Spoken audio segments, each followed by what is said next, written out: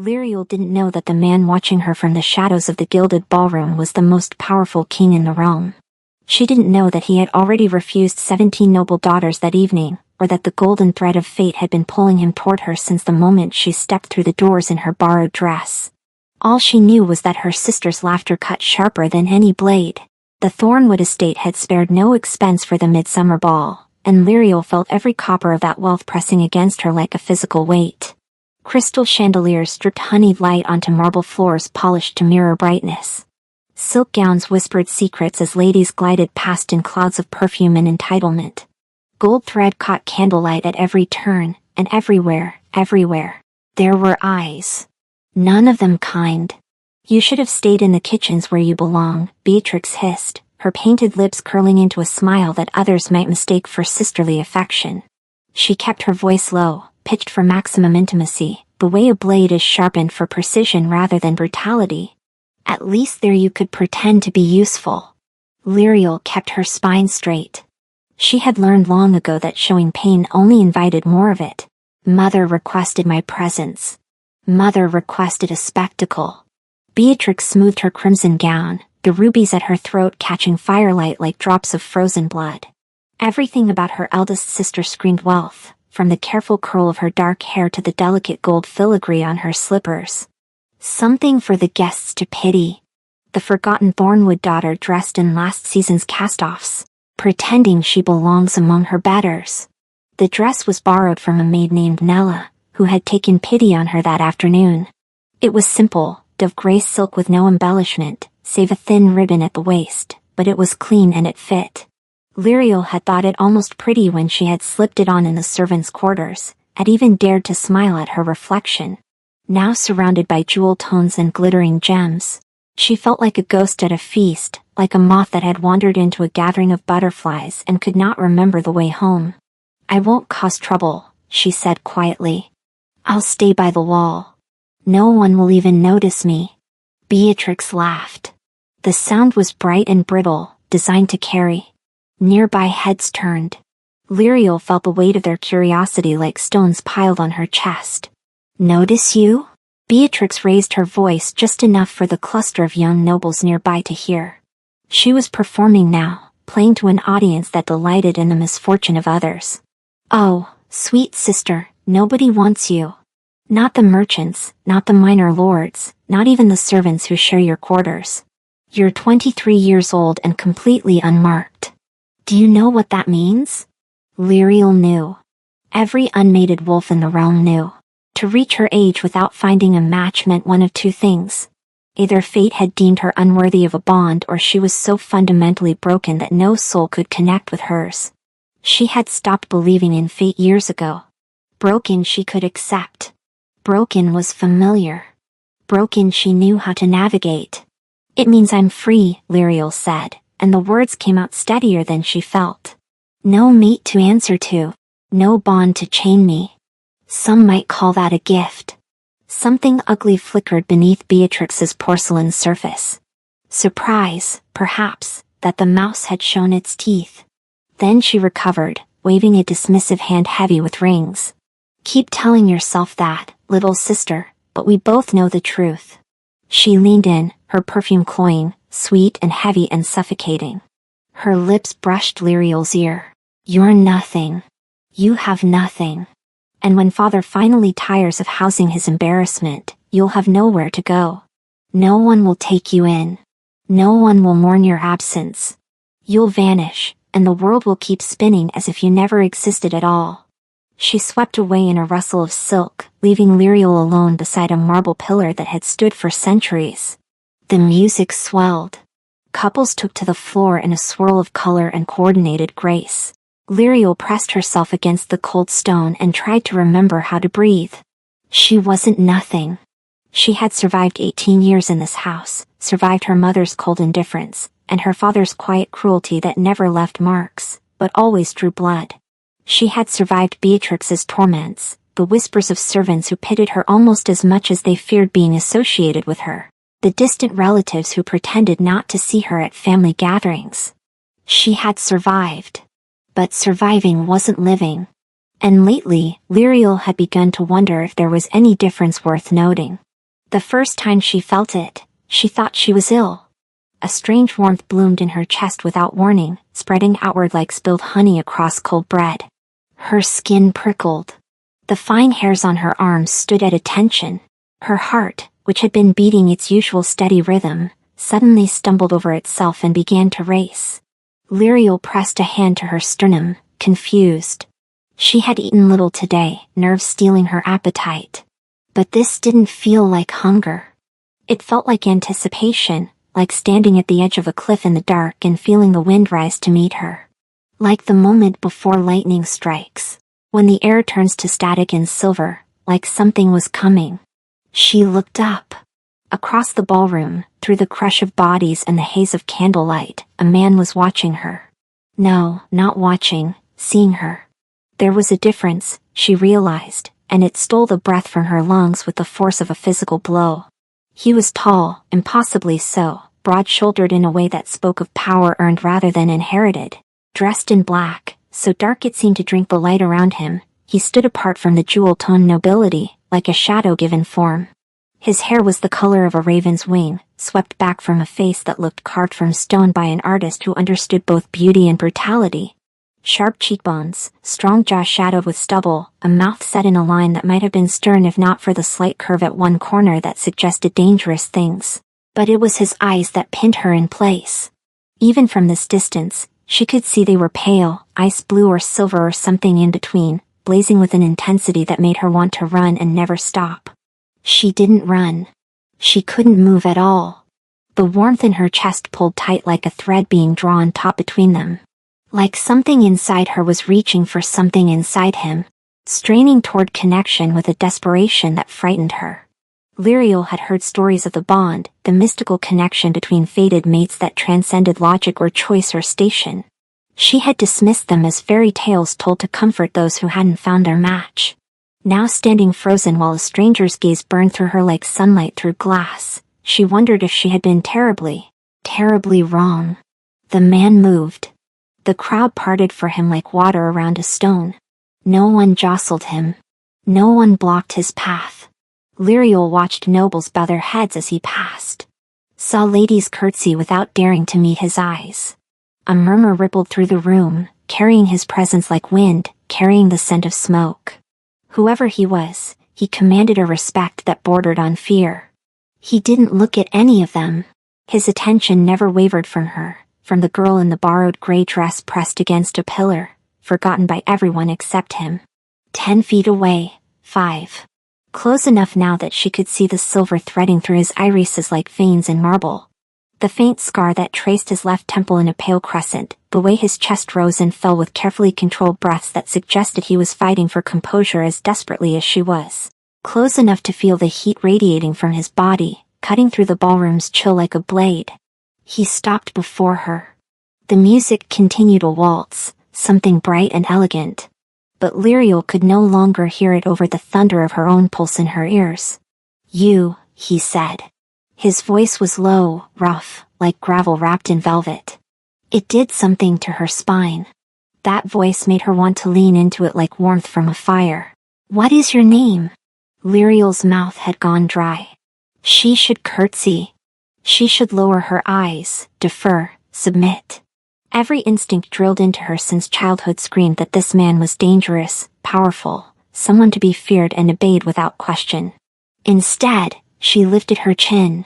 Does it matter? Something flickered in those silver eyes. Surprise, perhaps, or amusement, or something more complicated. Something that looked almost like hunger. "It matters to me." "Then you're the first person in this room who cares." The words escaped before she could stop them. Bitter, honest, the kind of honesty that had earned her more than one slap from her mother, more than 1 week of denied meals. The stranger didn't flinch. He tilted his head, studying her with an intensity that made her skin burn and her knees threaten to buckle. "You're the Thornwood daughter," he said. It wasn't a question. The one they keep hidden. "I'm not hidden. I'm ignored. There's a difference." "There is." He took a step closer and Lyriel's back pressed against the pillar, trapped between stone and heat, between her past and something unknown. "You stood by this pillar for 20 minutes. Not a single person spoke to you. Not a single person asked you to dance. Your own sister publicly humiliated you while nobles watched and laughed. His jaw tightened, a muscle jumping beneath the skin. And yet you didn't cry, didn't flee. You stood here like a queen surveying her kingdom. As if their cruelty couldn't touch you. Lyriel swallowed. Her throat felt raw. You were watching me. I couldn't stop. The admission hung between them, heavy with meaning she didn't fully understand. Around them, Lyriel became aware of whispers, of eyes turning in their direction, of the weight of attention she had wished for her entire life suddenly crushing her. The stranger seemed to notice, too. His expression shifted, hardening into something protective. Come with me. I don't even know your name. Balthazar. He offered his hand, palm up. She could see the calluses there. Earned marks of a man who worked with weapons rather than servants. And I'm asking, not commanding. Lyriel looked at his outstretched hand, at the strength in those long fingers, the silver ring on his smallest finger bearing a crest she almost recognized. At the vulnerability beneath his stern exterior. The way his hand trembled almost imperceptibly, as if this mattered to him, as if she mattered. She took his hand. The moment their skin touched, the thread in her chest snapped tight. Golden light flickered at the edge of her vision. There and gone in a heartbeat. Lyriel gasped and Balthazar's grip tightened, steadying her, anchoring her to earth when she felt like she might float away. I know, he murmured, pitched for her ears alone. I feel it, too. He led her through the crowd, through doors she hadn't noticed, into a moonlit garden where roses climbed ancient walls, and the music faded to a distant murmur. Lyriel followed in a daze, her hands still clasped in his, the warmth of him spreading through her like wildfire claiming dry grass. They stopped beside a fountain. Water sang over weathered stone, and the air smelled of night-blooming jasmine and something else, something wild and green. Moonlight turned everything to silver. You feel it, Balthazar said. Not a question, a certainty. Lyriel nodded. She couldn't deny it.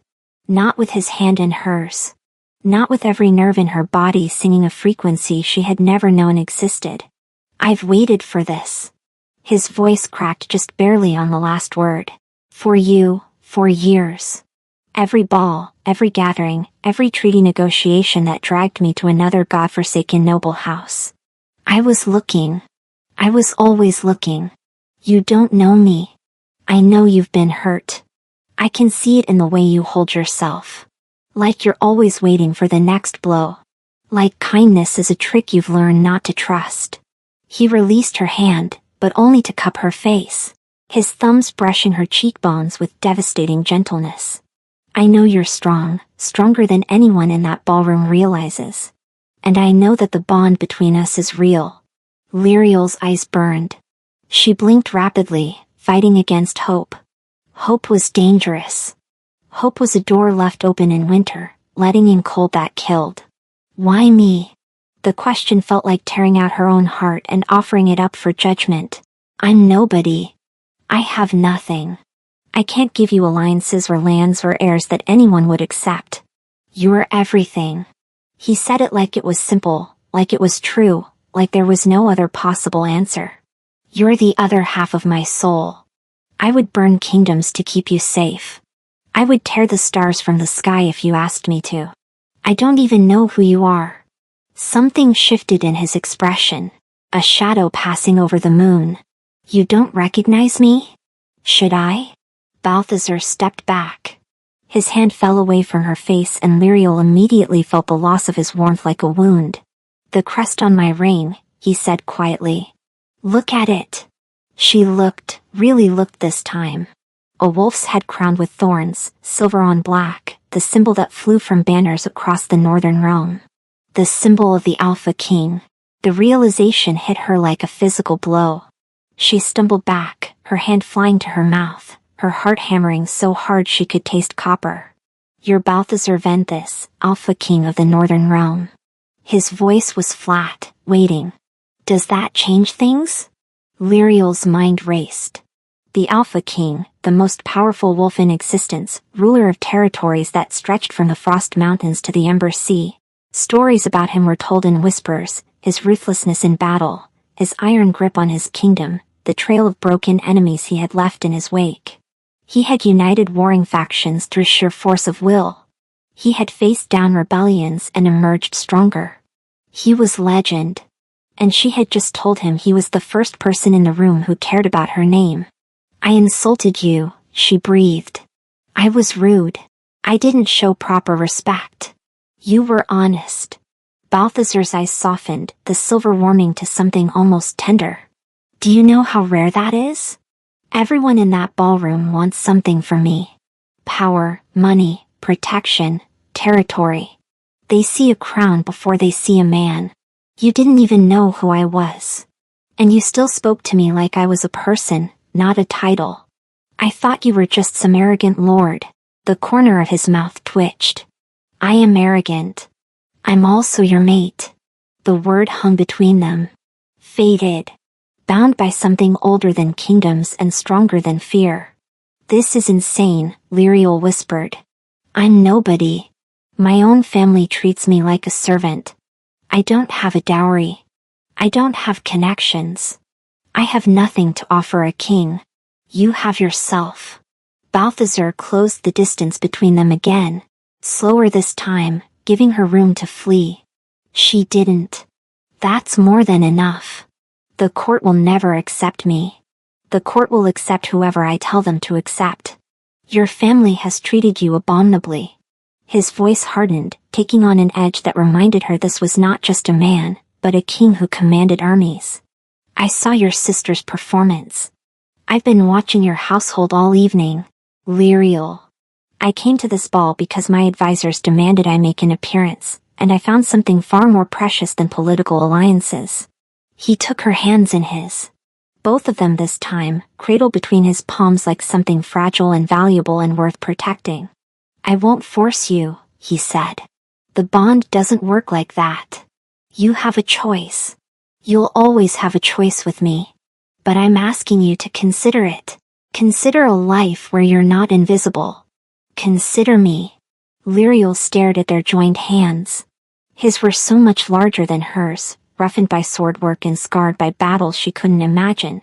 Yet they held her with such care like she was made of glass and gold. "Why would you want me?" The question felt like tearing out her own heart and offering it up for judgment. "I'm damaged. I don't know how to be loved. I've spent my whole life surviving and I don't know if I can be anything more than that." "Then we'll learn together." Balthazar lifted her hands to his lips, pressing a kiss to her knuckles that burned hotter than any fire. "I'm not asking for perfection. I'm asking for a chance." Before she could respond, voices drifted from the ballroom. Raised voices, angry ones. "That's my father," Lyriel said, dread pooling in her stomach like cold water. Balthazar's expression shifted. The tenderness vanished, replaced by something cold and predatory. His eyes hardened to chips of ice. "Then let's go remind him who his daughter belongs to now." They returned to the ballroom together, hand in hand. The whispers that had been soft before erupted into a roar of speculation. Lyriel saw her father at the center of the room, face purpling with rage, her mother beside him clutching a handkerchief as though propriety could shield them. And Beatrix, standing slightly behind them, her crimson gown suddenly garish against the elegant backdrop, her smile frozen on her face in a mask of disbelief. "There she is." Lord Thornwood's voice boomed across the dance floor. "Lyriel, come here immediately. You've embarrassed this family enough for one evening." Lyriel felt herself shrink, old instincts surfacing like bodies in a flood, but Balthazar's hand tightened on hers, and his thumb stroked across her palm in silent reassurance. "Lord Thornwood." Balthazar's voice cut through the noise like a blade through silk. Conversation died. The orchestra stumbled to silence. "A word, if you please." The color drained from her father's face. "Your Majesty. I didn't realize, that is. I wasn't informed." "No, you weren't." Balthazar moved forward, drawing Lyriel with him. "Because you were too busy parading your titled daughter before me like a prize mare to notice that your king was watching something far more interesting." Beatrix made a small strangled sound. "I've spent the last hour in this ballroom, Balthazar continued, his voice carrying to every corner of the room. No one moved. No one breathed. I've seen your hospitality on full display, Lord Thornwood. I watched your heir mock her own sister in public. I watched your guests treat Lady Lyriel as if she were invisible. I watched you and your wife ignore her entirely, as though she were a stain you hoped no one would notice. Lord Thornwood sputtered. We didn't, Your Majesty. Lyriel is mine. The word fell like a hammer on stone. I don't know what she did to earn your contempt, Balthazar said, and frankly, I don't care. But I need you to understand something. He released Lyriel's hand only to wrap an arm around her waist, pulling her against his side in a gesture that declared ownership and protection in equal measure. This woman is my fated mate, my bond, my future queen. Anyone who disrespects her disrespects the crown, and I do not take insults to my crown lightly. The silence was absolute. A pin dropping would have sounded like thunder. Lyriel watched her family's faces cycle through shock, disbelief, and finally sickening obsequiousness. Her mother recovered first, sweeping forward with a brilliant smile that didn't reach her eyes. Your Majesty, what wonderful news! We always knew Lyriel was destined for great things, didn't we, darling? We've been preparing her for this moment all her life. Lord Thornwood nodded vigorously. Yes, of course. Our beloved daughter, always such a treasure. Enough. Balthazar's voice was ice and iron. Lady Lyriel and I will be departing. You'll receive formal communication from my court regarding her transition to the palace. He turned, guiding Lyriel toward the doors.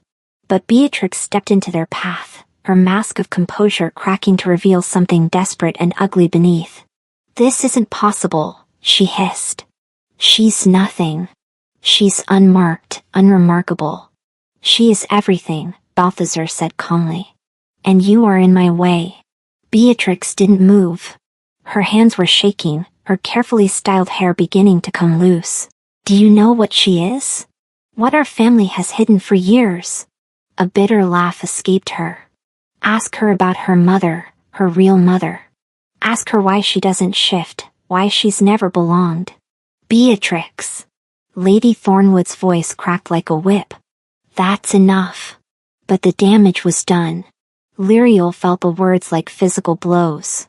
Each one landing on a wound she had tried desperately to forget. Her real mother, the woman her father never spoke of. The reason she was different, wrong. She pulled away from Balthazar, wrapping her arms around herself. Lyriel. His voice was gentle now, stripped of its royal authority. Whatever she's implying is true. Lyriel forced herself to meet his eyes. I'm not fully wolf. My birth mother was human. She died when I was 3, and my father remarried almost immediately. She gestured at Lady Thornwood, who had the grace to look uncomfortable. I'm a halfling. That's why I've never shifted. That's why the bond never found me before. That's why I'm... She stopped. The bond, but she had felt it, was still feeling it. The golden thread between them thrumming with warmth and life. Balthazar stared at her for a long moment. Then he started to laugh. The sound was unexpected, warm and rich, filling the silent ballroom. That's it? That's your family's great secret? He shook his head, something fierce and bright burning in his eyes. Lyriel, I don't care if you're half human, half fae, or half mountain troll. The bond doesn't care about bloodlines. It doesn't care about what you can or cannot shift into. It cares about souls. He crossed to her in 2 strides, cupping her face in his hands with a tenderness that broke something inside her. I felt you the moment you walked into this room. My wolf has been howling for you since you took your first breath inside these walls. Human blood or not, you're mine and I'm yours, if you'll have me. Lyriel searched his face for doubt, for hesitation, for any sign that this was some elaborate cruelty, a twist of fate designed to break her more completely than anything before. She found only truth, only love, only a future she had never dared to imagine. Yes, she whispered. I'll have you. Balthazar kissed her. It wasn't gentle. It wasn't chaste. It was acclaiming, fierce and hot and full of promise. Lyriel gasped against his mouth, and he swallowed the sound, one hand sliding into her hair, while the other pressed against the small of her back, drawing her closer until there was no space between them at all. The golden thread between them blazed. She could feel it solidifying, weaving their souls together in a pattern that could never be undone. His heartbeat thundered against her chest, matching hers rhythm for rhythm. When they finally broke apart, Lyriel was trembling. So was he. The carriage, Balthazar murmured against her lips. Now, before I do something extremely inappropriate for a ballroom. She laughed, the sound wet with tears she hadn't noticed falling. He kissed those away, too. He kept an arm around her as they walked past her stunned family, past the gaping guests, past Beatrix's tear-streaked face. At the doorway, Lyriel paused. She turned back to look at the house that had been her prison for so long. I hope you find your happiness, she said quietly. I've found mine. 3 months later, Lyriel woke to sunlight streaming through silk curtains and the steady rhythm of a heartbeat beneath her ear. She smiled, burrowing closer to the warmth. Balthazar's arm tightened around her, his fingers tracing lazy patterns on her hip. Morning, he murmured into her hair. Morning. She tilted her head up to kiss his jaw, feeling the scratch of stubble against her lips. How long have you been awake? A while. I was watching you sleep. That's creepy. It's romantic. He rolled them over, bracing himself above her, silver eyes soft with a love that still stole her breath. My mate, my queen. Still the most beautiful thing in any room. Lyriel laughed, the sound bright and unfamiliar even now. 3 months of this and she still couldn't quite believe it was real. The palace with its soaring towers and endless gardens. The court that had embraced her with surprising warmth once they realized she was no threat to their ambitions.